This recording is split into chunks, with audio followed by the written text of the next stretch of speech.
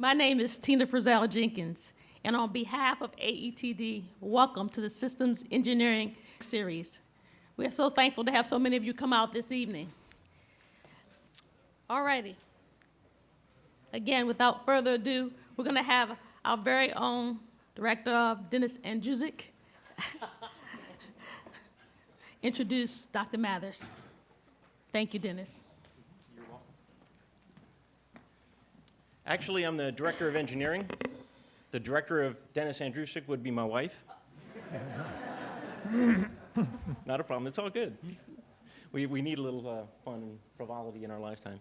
I have the distinct honor and privilege of introducing Dr. John Mather, who goes by John. If you look at the chart, it doesn't say Dr. John Mather, it says John Mather. First-class person. A lot of folks will give introductions or talk about folks, and they'll say, it's an honor and a privilege to do X, and sometimes they actually mean it. In this case, I absolutely mean it. John is a fantastic individual. He is going to talk about the James Webb Space Telescope, and I love the title, Why are we building it like this? And a nice little tagline at the bottom that I won't read, but that's how John is. John's a fantastic person. As part of the introduction, though, I've got a long list of bullets and bios that I'm not going to read. What I would like to do, though, is tell you a little bit about John and some of the challenges he's overcome along the way, particularly on COBE. John was a key and instrumental person in making COBE happen. Sure, he won the Nobel Prize, Nobel laureate for that. But I'll tell you what, it wouldn't have happened without him, Dennis McCarthy, and the key individuals on COBE who helped transform the design of the spacecraft to move it from a shuttle-based spacecraft to a Delta, something that would fly on a Delta. That was no easy feat. As a matter of fact, it was something that Dennis McCarthy went to headquarters to sell. Headquarters says, can you do that in 24 months? Dennis has come back and says, I need 36 months. They split the difference. So, as all good negotiations should, settled on 29. John was a part of that. I have it here.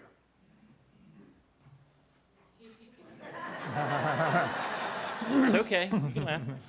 I have here, anybody care to take a guess on what it is?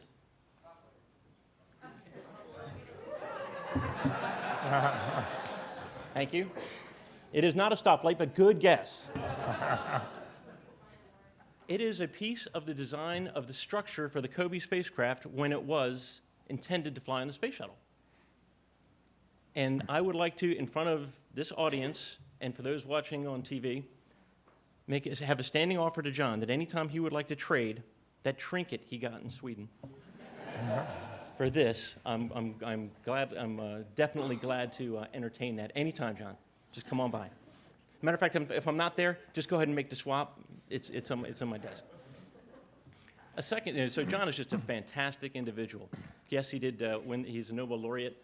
I got to tell you, when I joined the Senior Fellows many years ago, John is not just for me, but for anybody that joined the Senior Fellows, personally autographed his book, The Very First Light, for me at that time. And that was very touching, very meaningful, something I cherish. As a matter of fact, it was something I shared with the family. And when I told my mother I knew somebody who had won the Nobel Prize, she's like, you're kidding me. I got out the book, and I said, here, look. She's like, yeah, right, anybody can get this. I said, no. Honest, Mom, this is real. Not only do I know this person, if I call them, they'll take the call. That's the kind of person John is. And when he talks to you, it's in words you can understand. It's not in any sort of engineering speak or science speak. It's in words that relate to the general public. And that's something that's truly a treasure about John Mather. I'll tell you what, when I do talk to folks who are visiting Goddard, and I'm sometimes the introductory speaker like I am here, and I see John is on the agenda, I make sure I tell him, pay attention, ask questions. Because this is an individual who's a Goddard employee, who's incredible in his knowledge, his ability to communicate, his ability to convey very complex thoughts, theories, in ways that all of us can understand, that we can then take home and share the message with our family and our friends.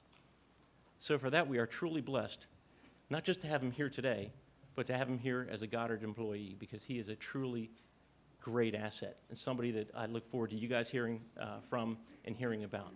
So with that, I'll get off the stage and welcome up Dr. John Mather. Well, thank you, Dennis. Thank you.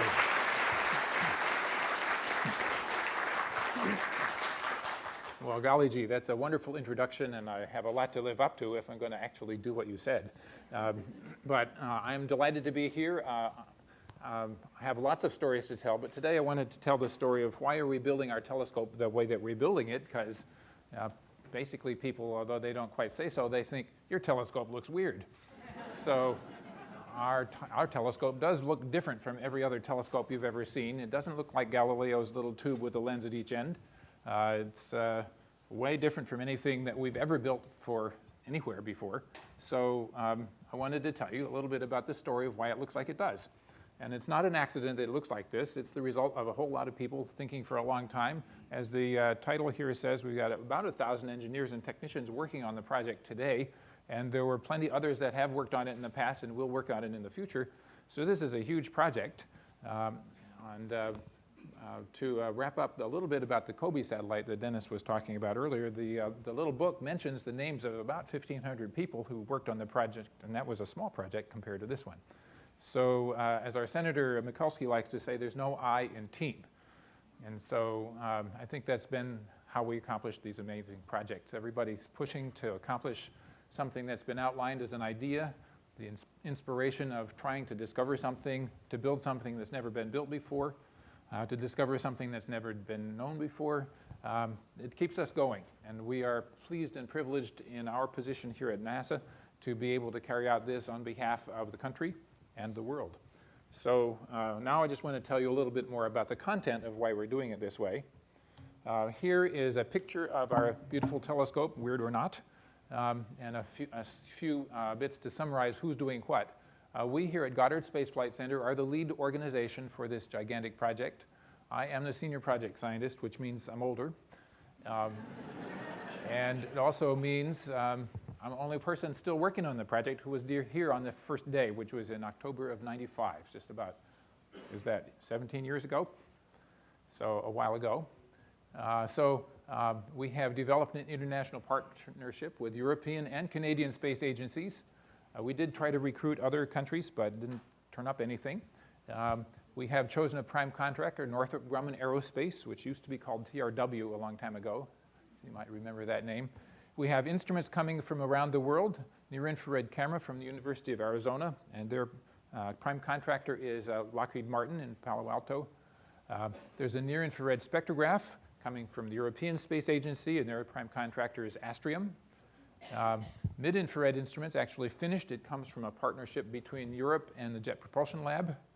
The fine guidance sensor and near-infrared imaging slitless spectrometer, there's a mouthful, comes from the Canadian Space Agency, and operations will be, as they are for Hubble Space Telescope in Baltimore at the Space Telescope Science Institute. So a few things to summarize here. This telescope is deployable. It is much bigger than the rocket. We need that for science. It's a tremendous challenge for engineering. And here you see the telescope. We'll show you later how it folds and unfolds. But you see it's made out of segments here. This is 6.5 meters, or about 21 feet.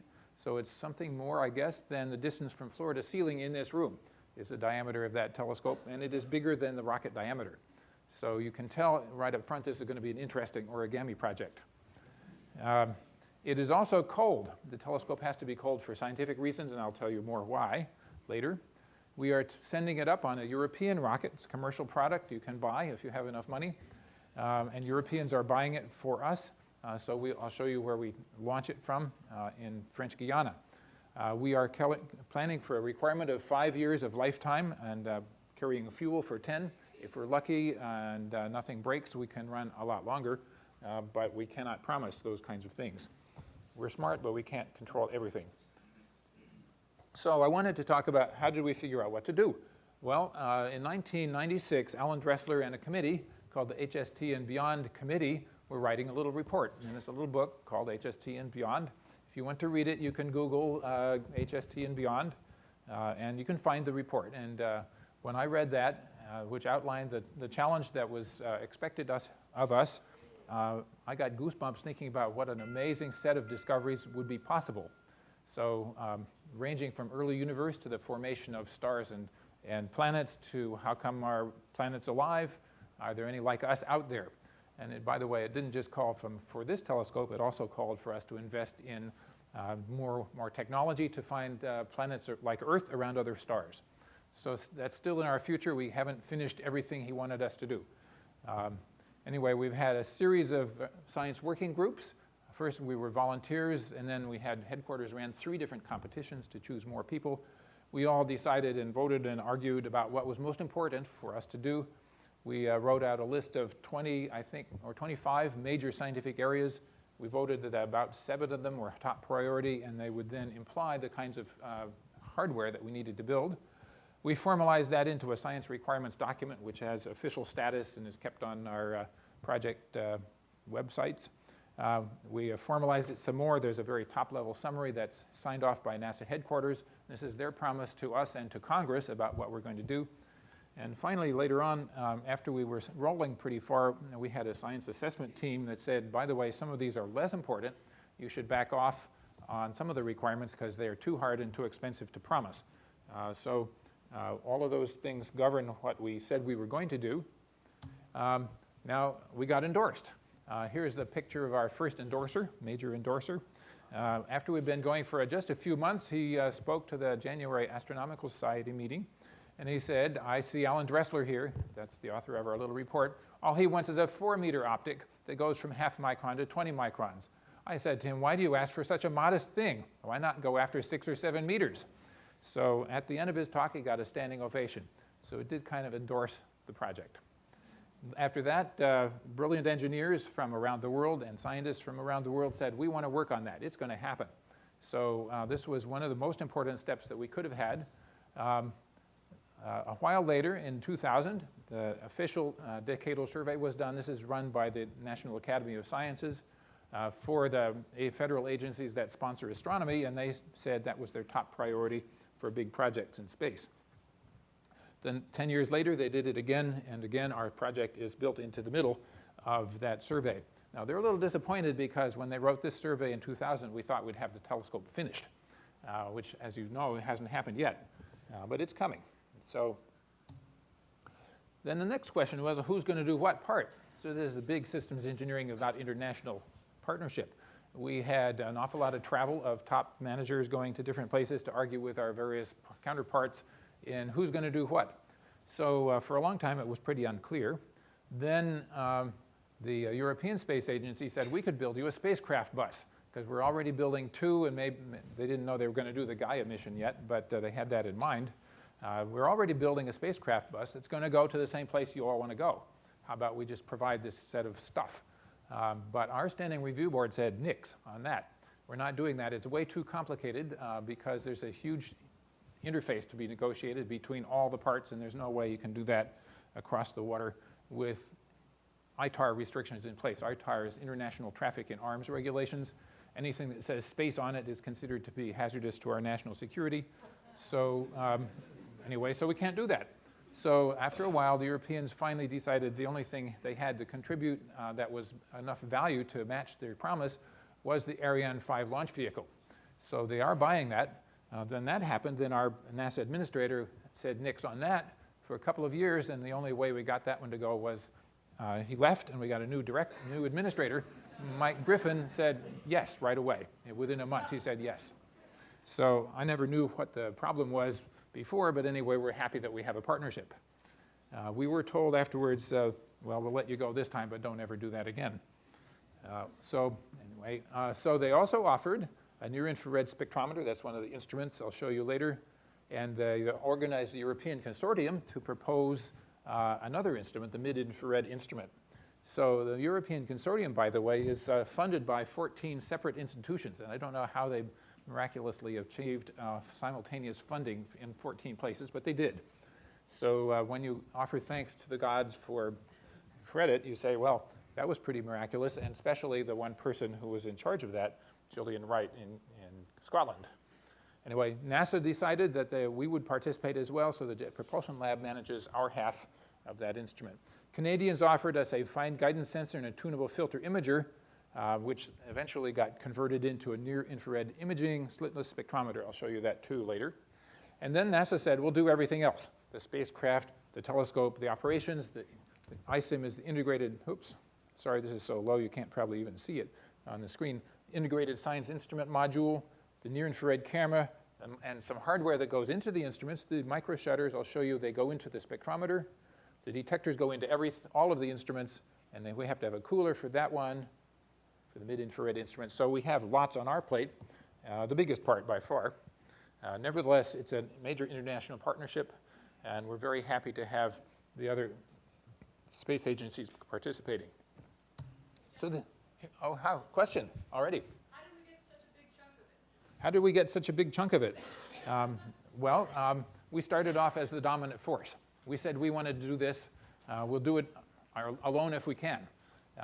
But then we say also, well, you know, the Europeans and the Canadians, they've been proposing successfully to use the Hubble Space Telescope. Wouldn't it be cool if they would also contribute to the new mission? The Europeans did contribute a big chunk for the Hubble, and that was successful. So let's ask for the same thing to happen again. So it wasn't an accident. We had a good reason to do it. And good question.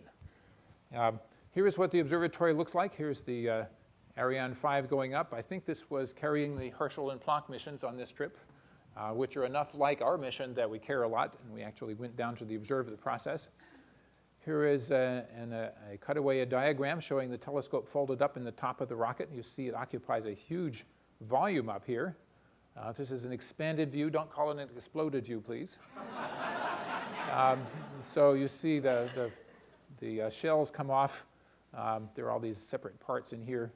There's the boosters, the main launch vehicle, the secondary. I'm not sure of all the stuff in here anyway, attached fittings. Finally, there's the observatory.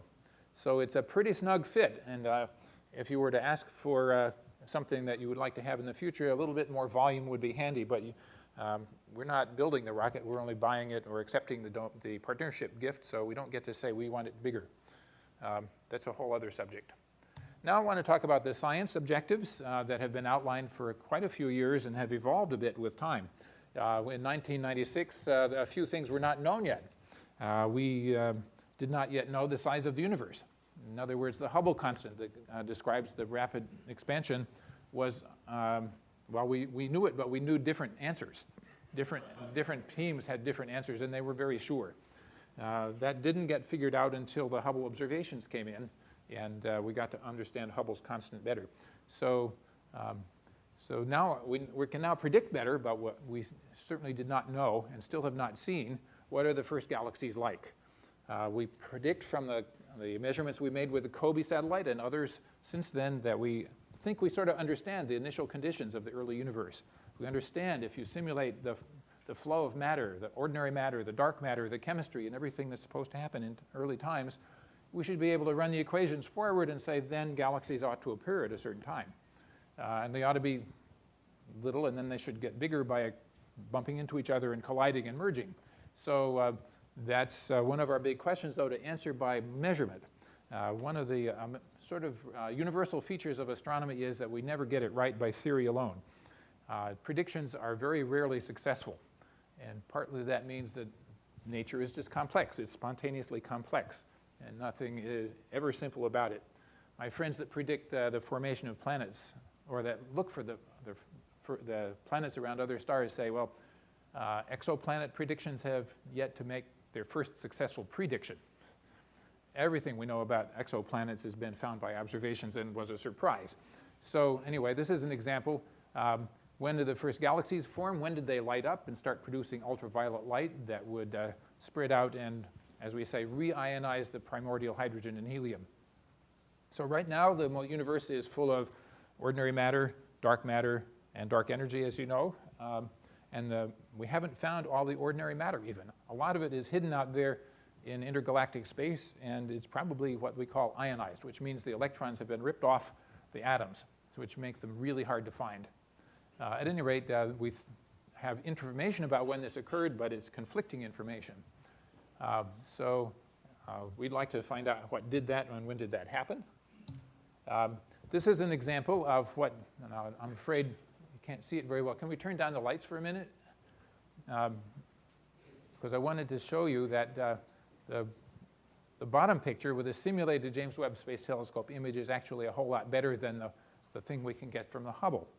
The Hubble telescope has been used to point in a single direction for weeks at a time, and this is an example of the kind of image that you can get. Here's a little piece of the image blown up.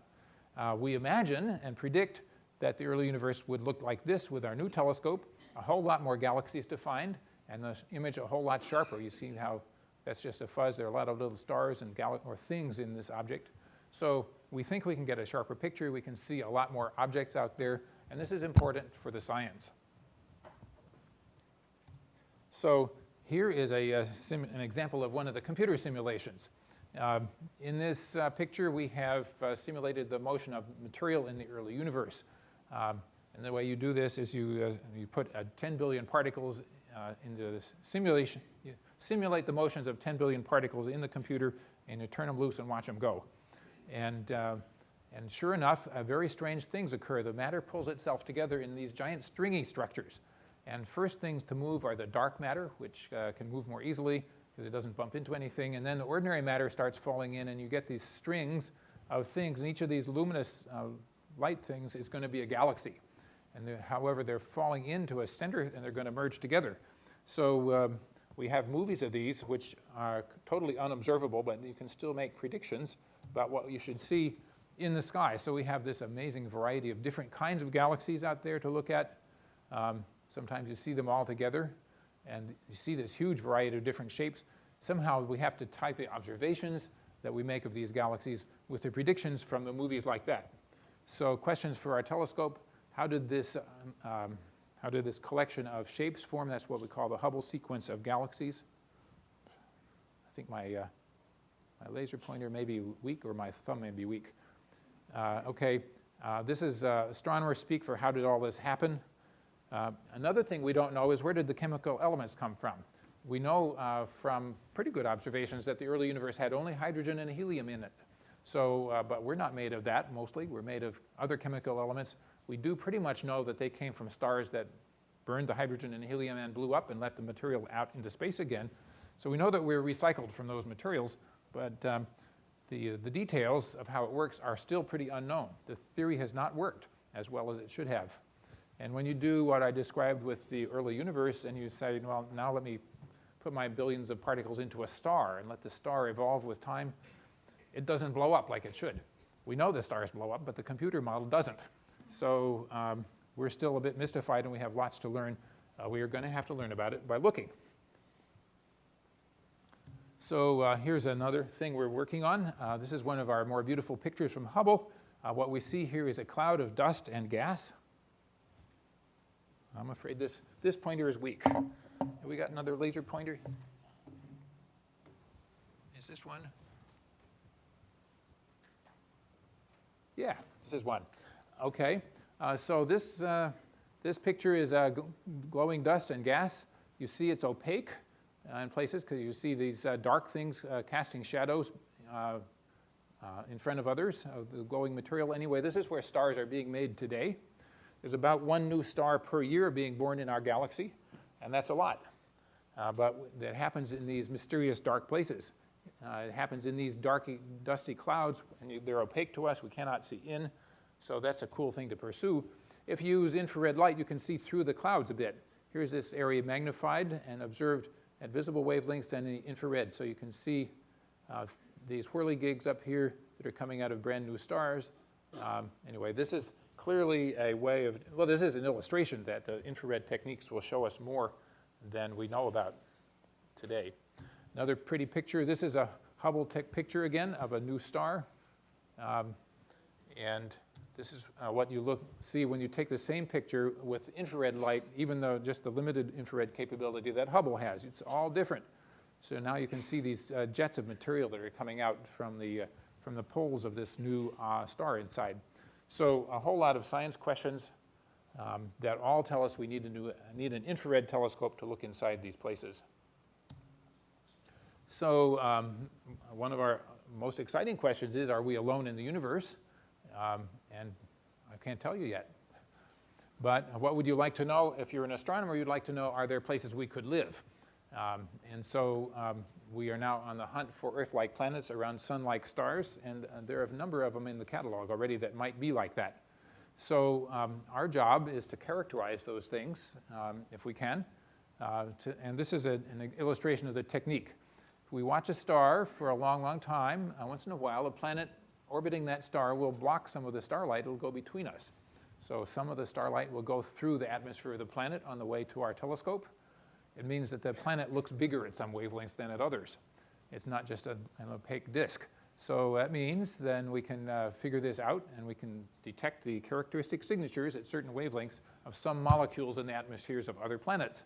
So we're going to try this with the new telescope based on the catalog that the Kepler Observatory has given us. They already have 2,000 candidates, some of which are like us, some like Earth. The first question is there water? Well, sure it would be nice if there's an ocean over there.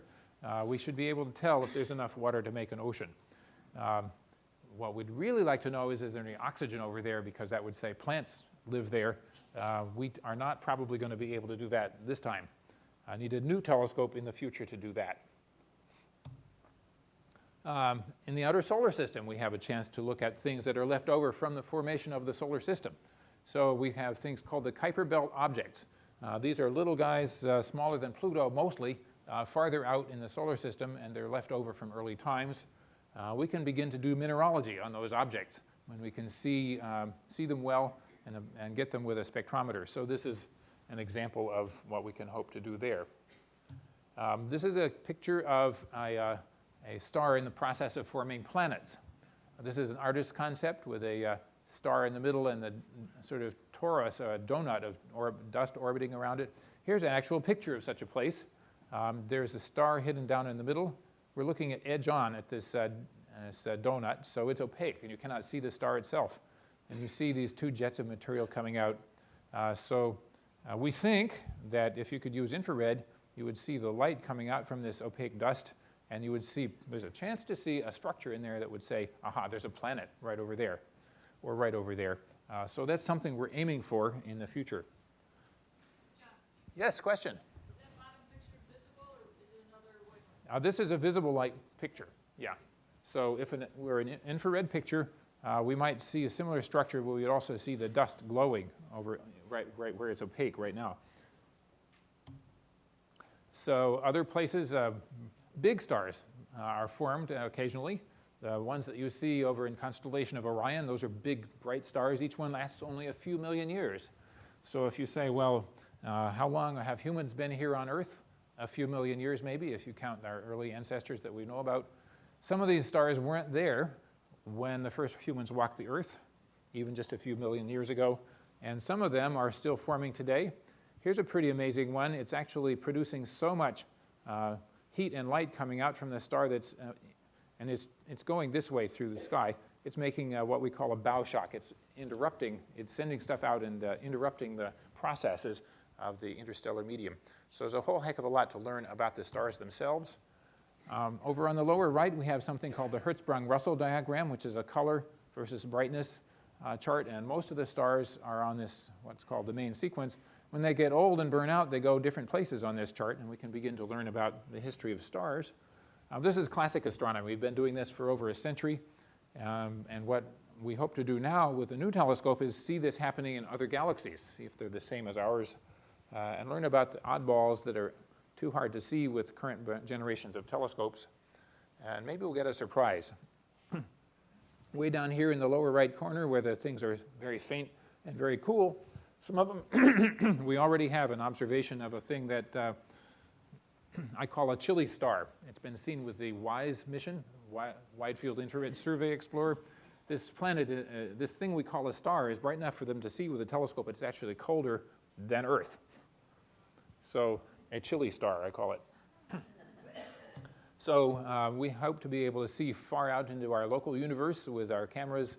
And this is, I think I'll skip over this chart except to say you can see farther, see a lot farther with a big telescope. Once in a while, things go bump in the night. Stars blow up. We have flares on the sun where a big magnetic reconnection occurs. They happen in other galaxies. Here's a bright star we call a supernova. It has just exploded at the time this picture was taken.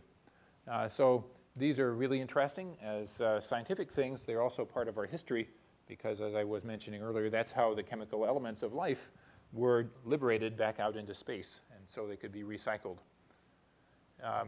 Skip that one. Now, a little bit about why are we using infrared. We're going to a tremendous effort to study infrared, and why. Well, back in 1996, when we were working on this, we hardly knew anything about the infrared astronomy. We had launched the IRAS satellite and the COBE, and the Hubble was up, taking good pictures. Compton Gamma Ray Observatory was up.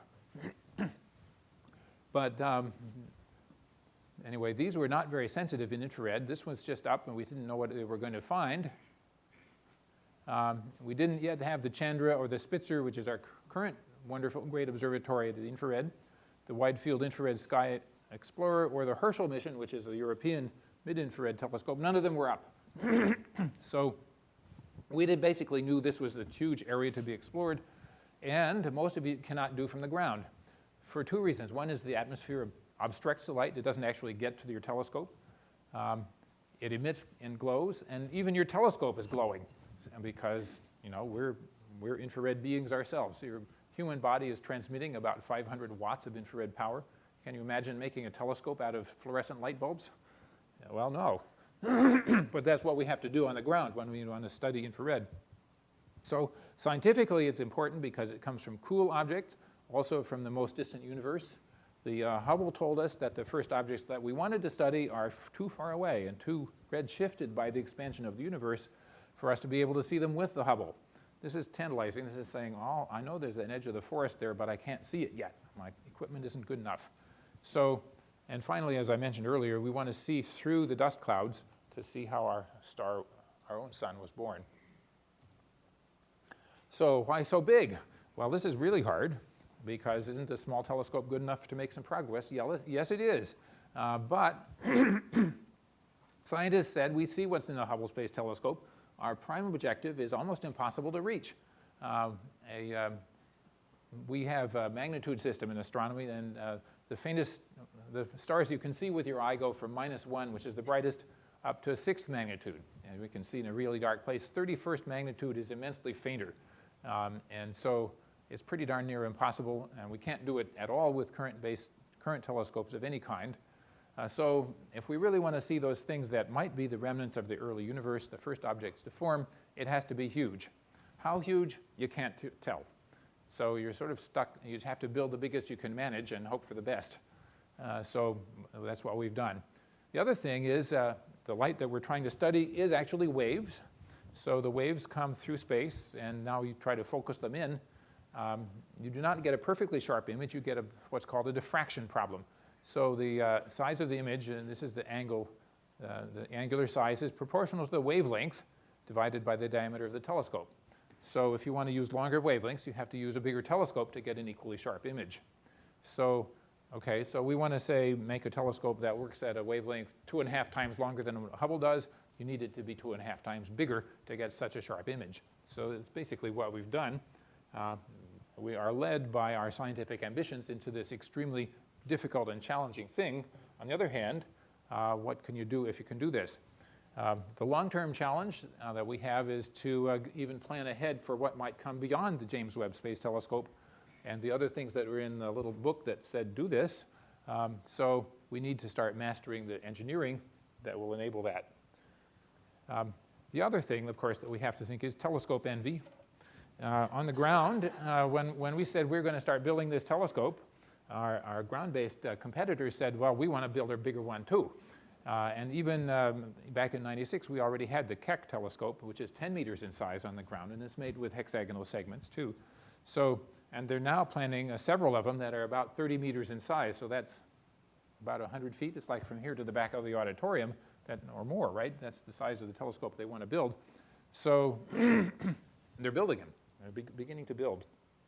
So if we're going to do anything that still matters a lot, it's got to be as ambitious as we can manage. And this does lead you into a hard problem. But anyway, this is a comparison of our telescope concept with the ones that we've already got. There's the Spitzer Space Telescope. It's this big around, and it already can see back to when the universe was a few billion years old. This one's the Hubble Space Telescope. It's 2.4 meters, about 8 feet across. And here is our new one. Each piece of this new telescope is twice the area of the little Spitzer Space Telescope. So what gives us the nerve to try this? Well, we actually have concepts and engineering that make it possible. So it's not completely stupid and well, anyway, it's pretty ambitious. It's just really difficult.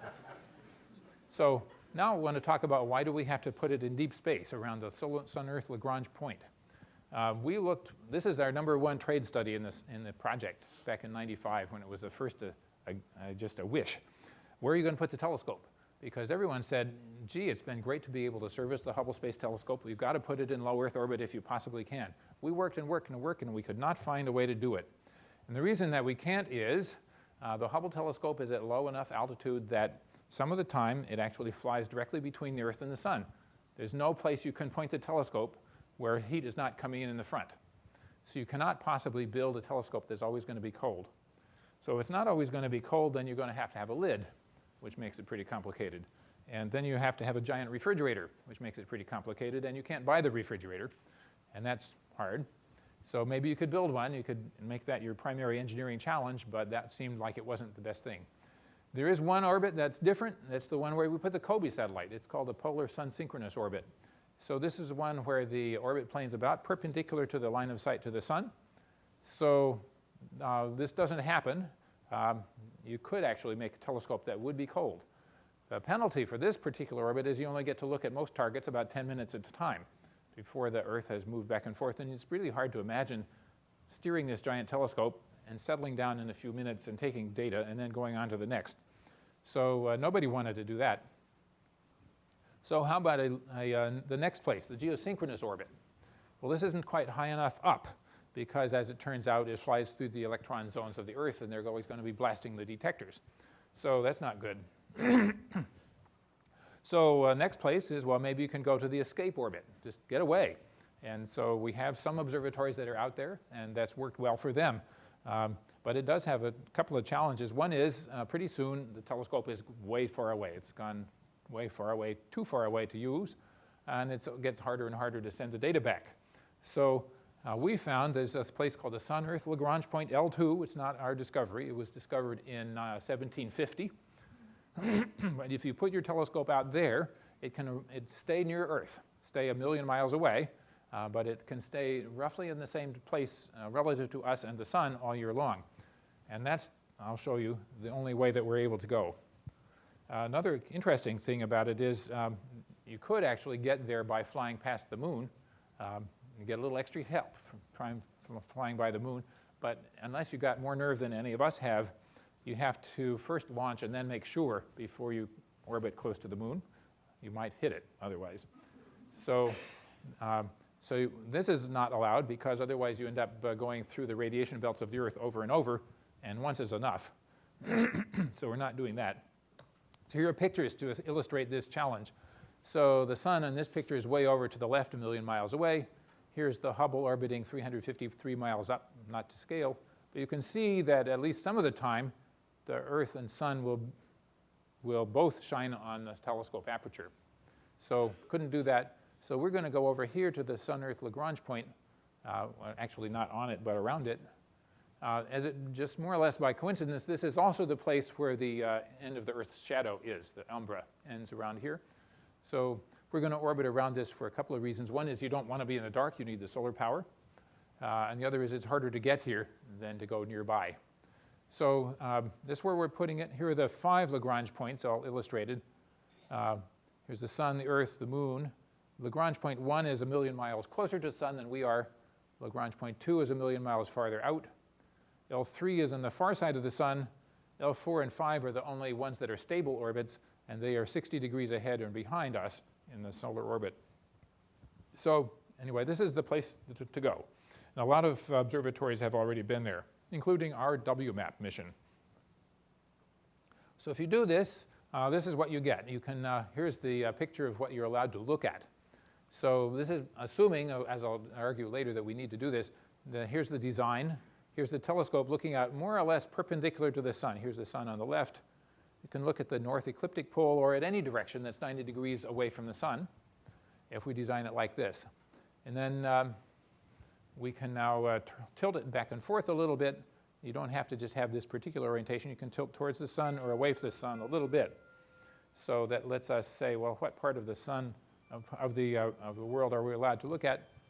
There's a little circle around the north and south ecliptic poles that are always visible to the telescope. You can look a certain distance away from the sun. And so, whoops. Now, this is the zone that we can look at all the time. It's from 85 out to 135 degrees away from the sun. So a donut that we can always see. So most of the things we want to look at do not move much across the sky, so this is good enough. You get 2 chances a year to see each one. If a comet or an asteroid or something comes flying by, we hope that it'll pass through this zone. But anyway, this is what we decided to do. So there are no usable, serviceable parts inside. We thought a lot about this. In 1996, when we were starting, there was no possibility, really, although we had already serviced the Hubble telescope and made it work beautifully. It looked to us that it would be expensive and heavy to be able to service this observatory. Knowing that it would be going to be far away and that astronauts might never get there. Now they could go, but we still don't have the equipment. We know what it would take. We're getting braver. So modularity would have enabled an easier test program, but we decided not to do that because it was just too expensive and too heavy. Now, if you want to build a new observatory, to follow this one, the law requires that you should make it serviceable. So there's your systems engineering choice has been made. There are good reasons for it, but it's not so easy. So in the remote possibility that something needs to be done, that could be done, we could send a servicing robot out there, and there is a ring to attach to, but we did not design this to do this way. And if you wanted to send an astronaut, you would really have to be extremely cautious because there are a lot of sharp corners. We don't want them cutting into the astronaut suits. So how does it work? Well, here is some more drawings. Here's the telescope. It's a primary mirror, secondary mirror. Focuses the light into this little snout and back into this big black box, which is where the instruments are. We have a big sun shield. It's about as big as a tennis court. It's made 5 layers, so the heat from the sun is mostly reflected off the first layer. What's not reflected is transmitted or emitted through. Most of that is intercepted by the next layer and goes out through the gap between them out to the side. And you do this with 5 layers, and eventually less than 1/1,000,000th of the original sunshine heat gets through to the back. So this is extremely cold and dark. And of course, that's what we were after. The spacecraft box points at the sun. It's warm. We control it by standard temperature controllers and radiators and all those kinds of things. We have a solar array. It's solar electric power. A couple of thousand watts are required. The sun is shown as a little orange dot here. Of course, it's much brighter, but also the Earth is in the same direction as seen from there. And as illustrated by the observatory here, Earth and Moon and Sun are all in the line, more or less. So some more drawings of things that we require. Here is the solar array. This is all the warm side. Here's the spacecraft bus. Here's the interface ring, big round thing that attaches to the Ariane. Here are carriers for the big sun shield. It's called a unitized pallet structure that holds it up while it's being launched. There's even something you can't quite see on here called a momentum trim tab, and I'll come back to that later. But that's because the solar heat, the light of the sun, actually has a pressure and pushes on this big sun shield, and we have to manage that. What's the telescope design look like? Here is the light coming from the sky, bouncing off the almost parabolic primary mirror, focusing up on a hyperbolic secondary mirror, convex, bounces down into the instrument package. So it's actually slightly elliptical. In the inside of the instrument package is a thing called a tertiary mirror. We actually found, this is actually pretty well understood traditional design now, something called a 3-mirror anastigmat design means you get very excellent imaging over a pretty large field of view. Something that's not widely used, but we decided to use, is called a fine steering mirror. And I think I have a picture later that explains that. Excuse me. So all 18 of these primary mirror segments are adjustable in position and curvature so that they can act together to function as a almost perfect, almost parabolic mirror. So there's 7 motors on each one. I will describe later why we decided to use beryllium for these. Beryllium's a pretty unusual choice. And I wrote here, we wrote cryo polishing required. Cryo meaning cold. It doesn't actually mean we're going to cool the telescope down and then polish it. Not the way the word would indicate. What we have to do is we polish it, then we cool it down and we see how it distorts. And we warm it up and we polish in the opposite of the errors. So the next time when you cool it down, it's the right shape. And that works. So that's what we mean by cryo polishing. But you can imagine that this takes one heck of a long time. So one of the systems engineering choices was headquarters said, okay, we know this takes forever, or almost forever. Start early. Even before we've finished authorizing the telescope, you should start building these mirrors. So we did. So the little picture here shows you that we actually did what I said about the cryogenic polishing. Here's the error, the error map when it's warm. Here's the error map when it's cold, and it's much better. So here is why we wanted to use beryllium. Oh, we got water? Oh, perfect. Thank you so much.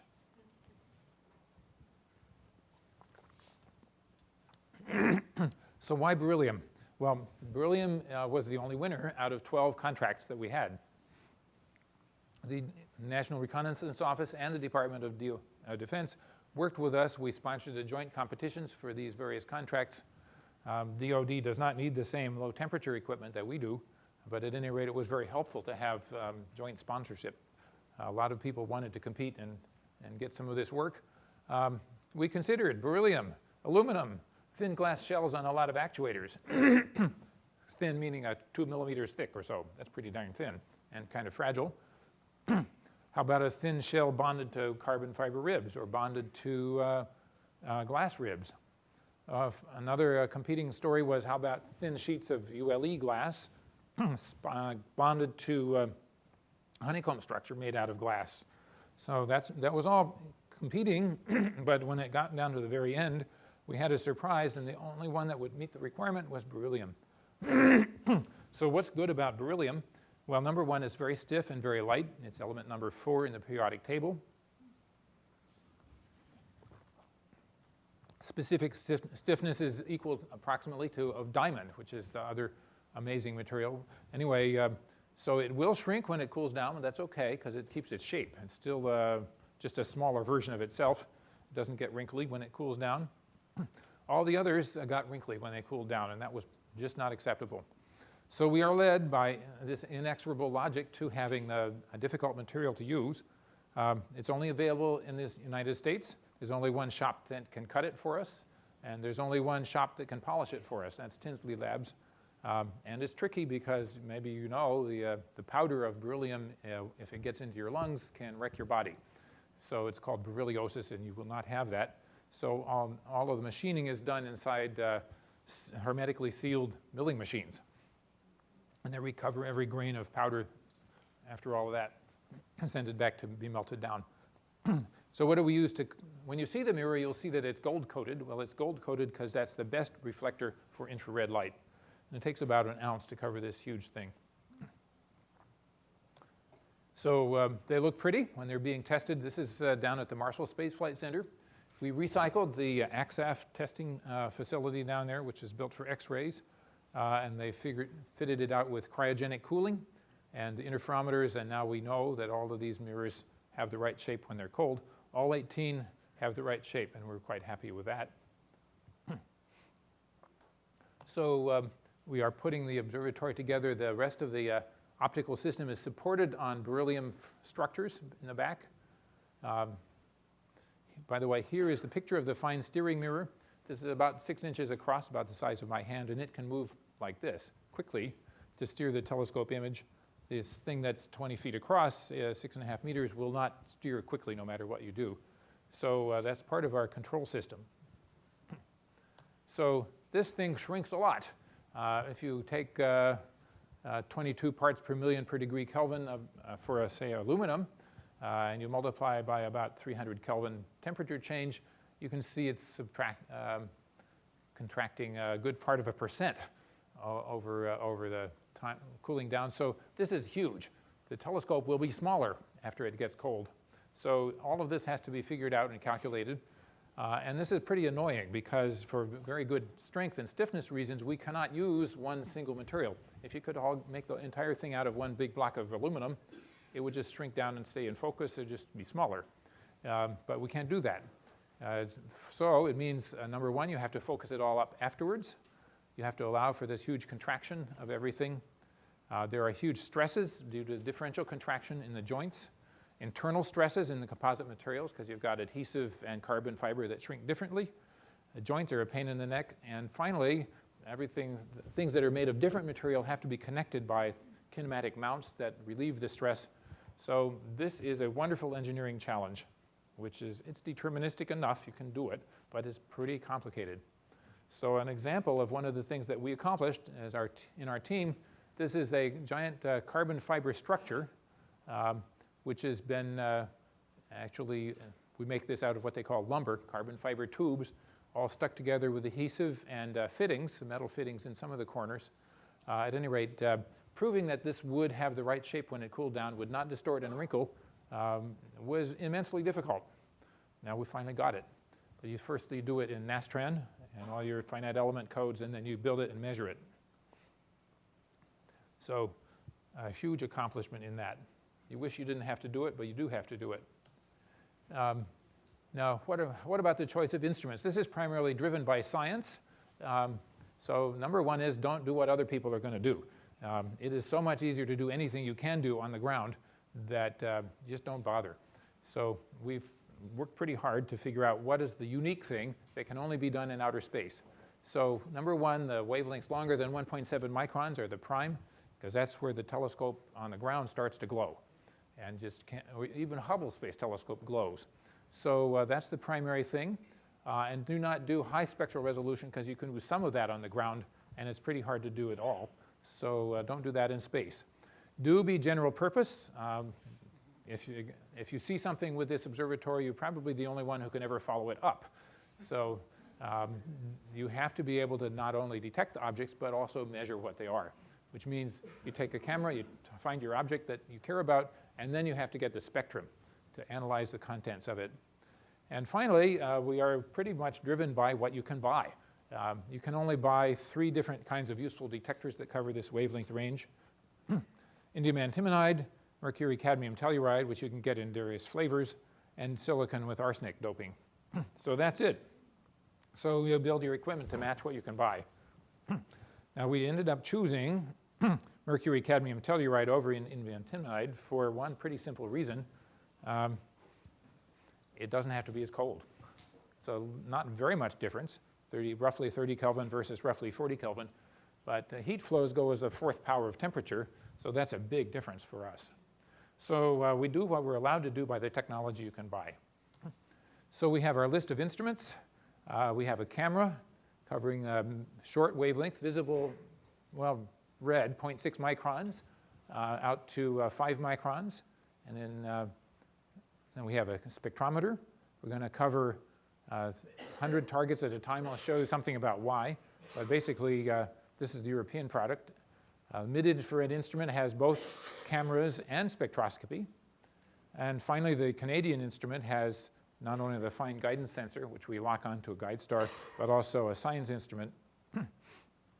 So this is all sort of tabulated here. And I don't want to go into all that many details because we want to get on to discussion. But some pretty pictures. Here's a picture of the camera being built. Here is the optical schematic.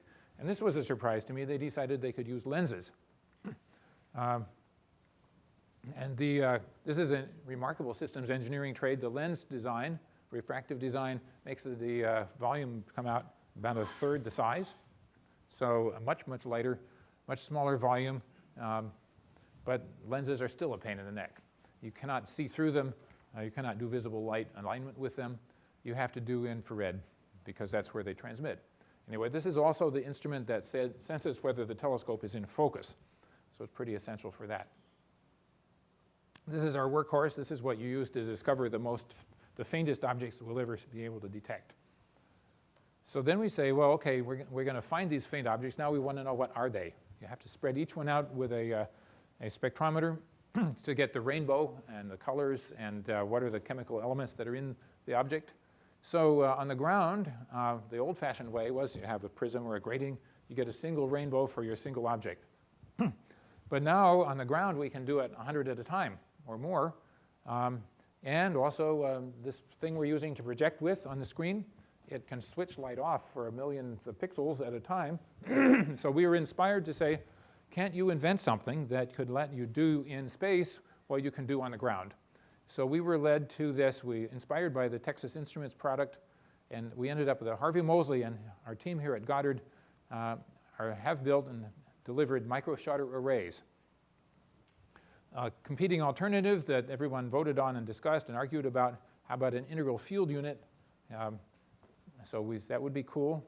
There are a couple of kinds of that. So in the end, European Space Agency is providing us a thing that does 3 versions.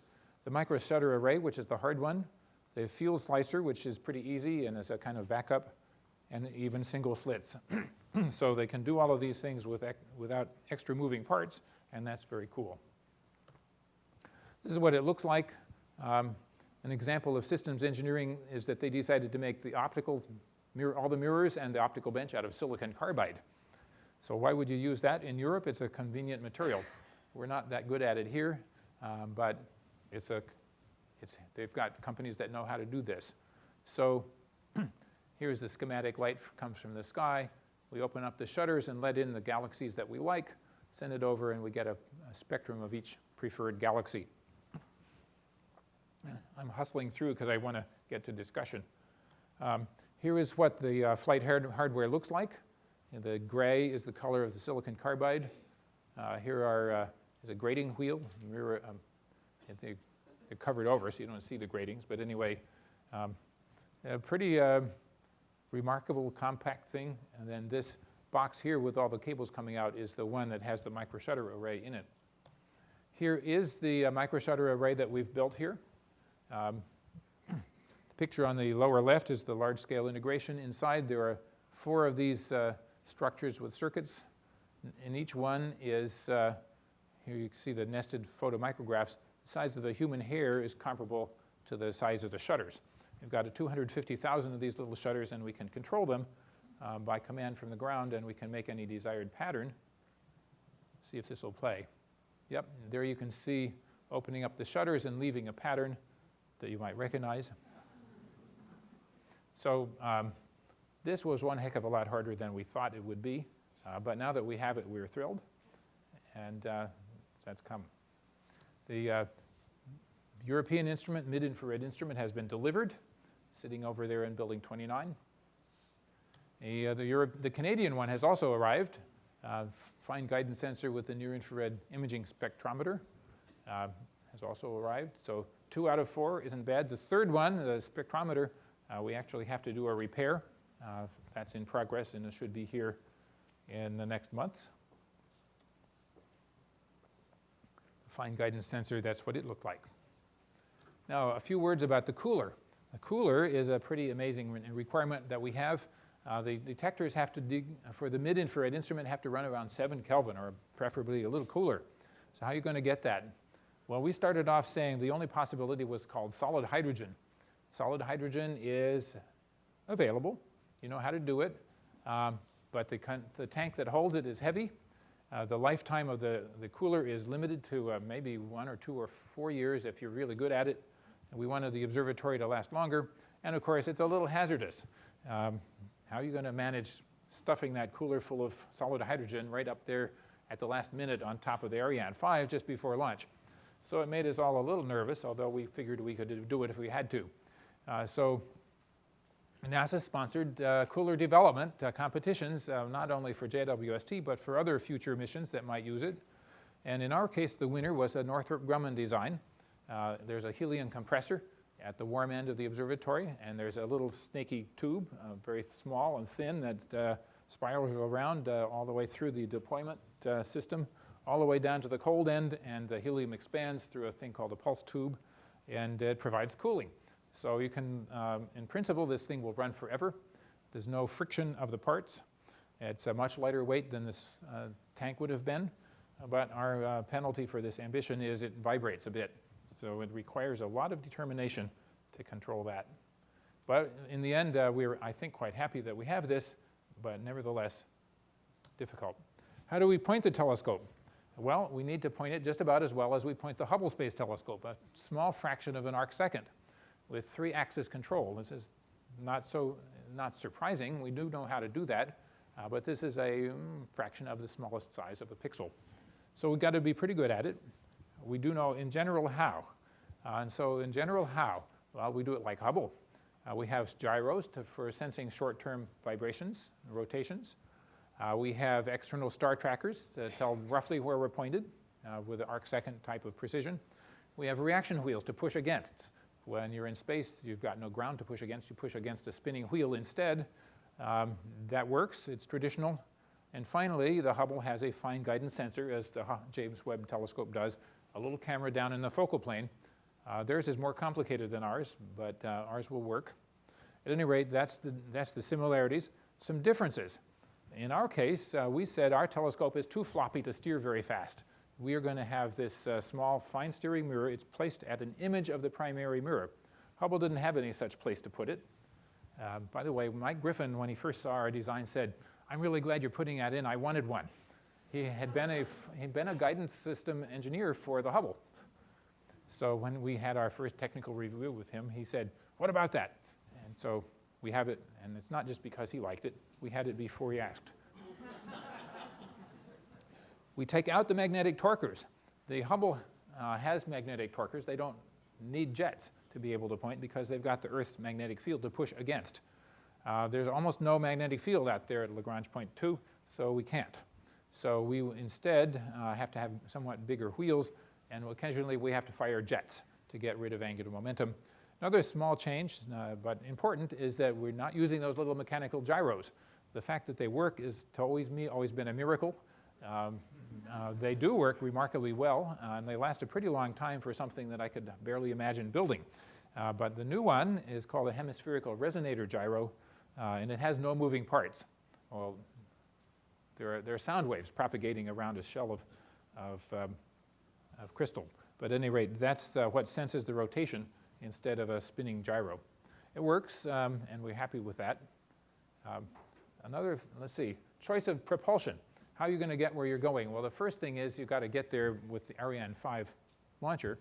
There are a few other things. The Hubble does not have its own propulsion system.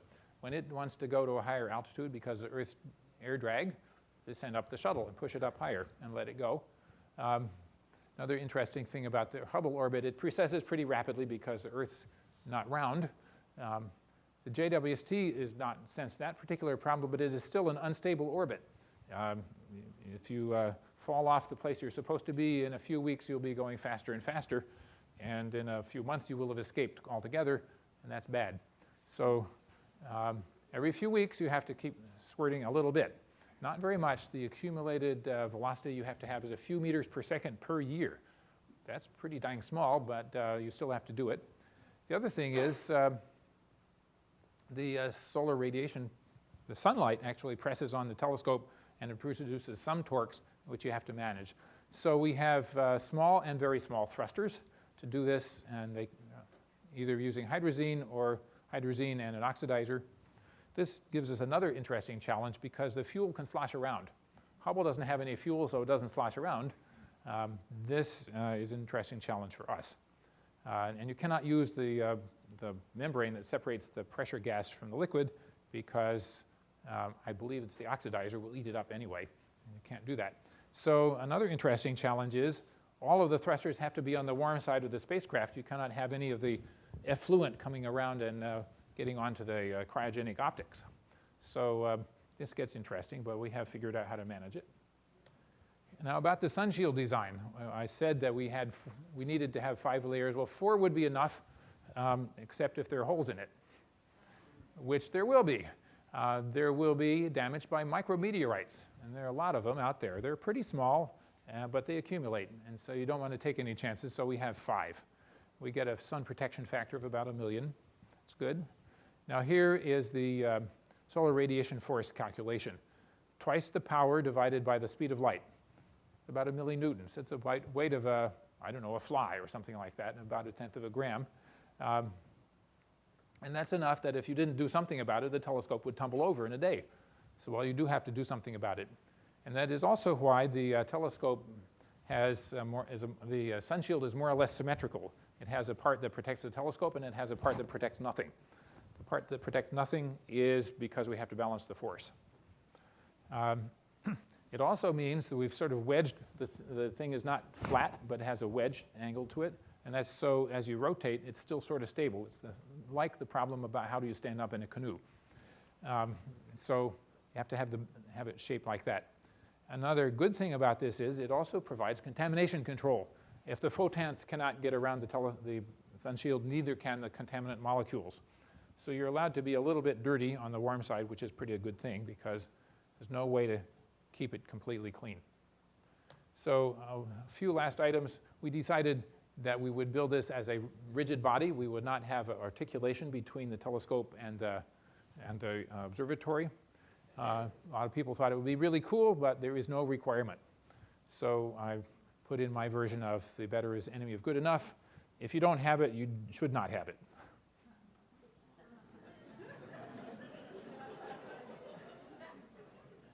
So robotic assembly, another thing. We thought a little bit about robotic assembly. It would have been really cool and very interesting. Excellent for preparing for yet the next generation after this.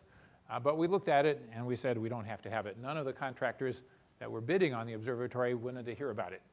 And this is why, and it's basically you don't need it. The hinges and the cables and the actuators and the motors are good enough.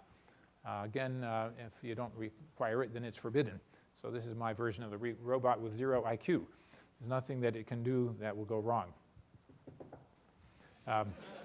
So making sure of that is actually pretty hard. We have review committees that review everything that could go wrong and make sure. For our next observatory after this, whatever it is, if you want it to be bigger, you might want a general purpose robot to assemble it if volume is your limiting problem. RF communications, why we're not using optical. We don't need it. A lot of people said, isn't optical communication really great? And the answer was, yeah, it would be, but we don't need it. We already have, we're asking for enough miracles, so don't ask for another one. I'm pretty sure we could have done this if we needed it, but we didn't need it, so all right. How do we focus it? This was number two question. You've got to be able to focus it after launch. We learned from Hubble. The competition was run to select the algorithm to measure and correct for the Hubble problems. It has been improved for our use. It started off with Dave Renning and his friends at Jet Propulsion Lab. A lot of us have worked on it since. So basically the story is take pictures in focus and out of focus and figure it out from the computer. So that works. I'm short of time, so I'll just jump ahead and show you that we made one to practice on. This is a small version, 1/6 scale model, and everything works. When you do it, you get good images. These patterns are predicted image quality. These are logarithmic stretch scales, so you don't pay much attention to that. This is the one to think about. The point is that the dots are all very small, and that means you're getting good images pretty close to the ideal. How are you going to test it? I think the lesson learned from Hubble is if something's important to you, you have to measure it twice. And if they don't agree, you better figure out for sure why. The way I hear the story is we did measure twice on the Hubble primary. The two ways did not agree, and we did not find out correctly what the problem was. We just said we know the more precise measurement has got to be right. And that was incorrect. So we had a big problem, and you can think of it multiple ways. Either because we had that problem, we learned how to do space servicing, and therefore we have the robust space program, or we came this close to having a total end of all space astronomy. At any rate, we have to make sure that we figure this out also, so we will be proving that the telescope focuses properly on the ground. By the way, if you go up to Building 7, you can see this equipment. This is where we're going to put the telescope together behind the big glass in Building 29, sorry. There's the assembly robot. We will take it down to Johnson Space Flight Center. Here's Chamber A down at Johnson. old drawing left over from the Apollo era. Apollo astronauts practiced getting out of the space capsule onto the moon in there. So we have upgraded it. We have put cryogenic cooling inside, and the chamber is exactly the right size to put the telescope in. There's the bottom, there's the top. This is 130 feet from top to bottom, 60 feet in diameter. Here's this huge door. There's the telescope at the bottom, secondary mirror, test equipment up here at the top. So some equipment at the center of curvature where we do traditional optical tests, verify that the entire primary mirror is the right shape. 3 flat mirrors. We send light from the instruments out through the telescope up to the flat mirrors, back down in, make sure it comes back and goes to the right place. So we have ways to verify that the whole thing is working correctly, even though we cannot build what astronomers really would like, which is to say something that simulates the sky coming in to the telescope. It's pretty complicated, but this is necessary, as far as we can tell, when we're risking the nation's and the world's premier space telescope on making sure that it'll work. So I'm about done, but I want to say there are a few things I wish for. I might do differently next time if we could. We are sort of pregnant on this telescope. We have adjusters on all the mirrors except one. The one that cannot be adjusted, you have to prove beyond a shadow of a doubt that it will be in the right place. This is really hard, considering that everything else is going to shrink and change its shape. So it turned out to be a lot more difficult, I think, than it would have been to put actuators under that last mirror. Another thing is, I wish our electronics around the detectors would be able to run longer cables. We ended up having a instrument electronics box on the backside of the sun shield. So here's the Coleman lantern in the cold area, and it's a really nasty thermal engineering job, which we have, I think, mastered. But next time, I would have a go at making cables, cryoelectronics that could run longer cables. A little bit about the sun shield. Just wanted to show you that we are practicing to put it together. We have done many tests and many measurements. And here's an example of, there's a person in the middle of the hole in the middle of the sun shield. You can see how small the person is, and it's not just a small person.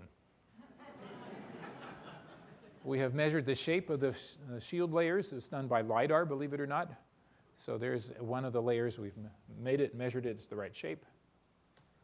We have a calendar that shows the telescope optics are the critical path. That's the red path here. And it shows it going from assembly into the telescope, then eventually merging with instrument package. And we ship it down to Johnson. Then we ship it to California, bolt on the spacecraft, send it by boat to French Guiana. And then we launch it, and it does this. I guess most of you have seen this movie, I think. But anyway, first comes out the solar panels, of course, then the little telemetry dish. It's not so little. It's just big, little by comparison. The sun shield will unfold. This is many thousands of times faster than it really will go, of course. The robot doesn't get tired or bored. So we separate the telescope from the warm box to keep it cool. And we unroll the protective covers.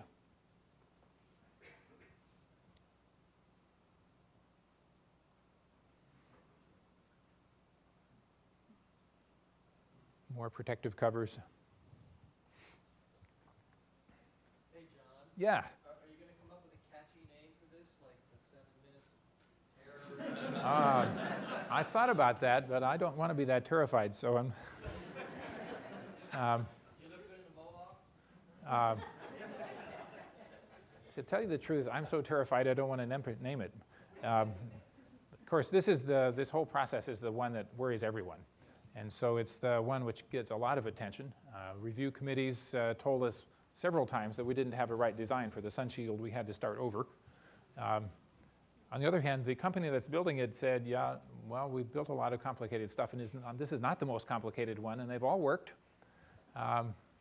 They'd deployed 2,000 things in outer space, and they'd all worked. So that's pretty spectacular. It doesn't mean this will work. It means those people could make it work. So I don't want to call it the 7 minutes of terror, but I understand the point.